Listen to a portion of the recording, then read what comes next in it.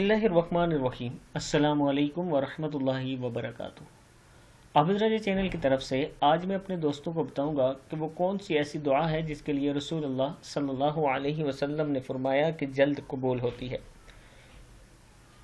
वो हदीस सुनने से पहले मैं अपने तमाम दोस्तों से गुजारिश करूंगा कि अगर आपने अभी तक मेरे चैनल आबिद राजा को सब्सक्राइब नहीं किया तो ज़रूर कर लें ताकि डेली आप तक अच्छी अच्छी वीडियो पहुंच सकें। तो स्टार्ट करते हैं आज का लेसन। बिस्मिल्लाहिर्रहमानिर्रहीम। जल्द कबूल होने वाली दुआ। नबी अकरम सल्लल्लाहु अलैहि वसल्लम ने फरमाया, कोई दुआ इतनी जल्द कबूल नहीं होती जितनी कि एक शख्स की दुआ दूसरे के लिए उसकी गैर मौजूदगी में कबूल होती है। फिर सुन लें, कोई दुआ इतनी जल्दी कबूल नहीं होती जितनी कि एक शख्स की दुआ दूसरे के लिए उसकी गैर मौजूदगी में कबूल होती है। तिरमिज़ी की हदीस है।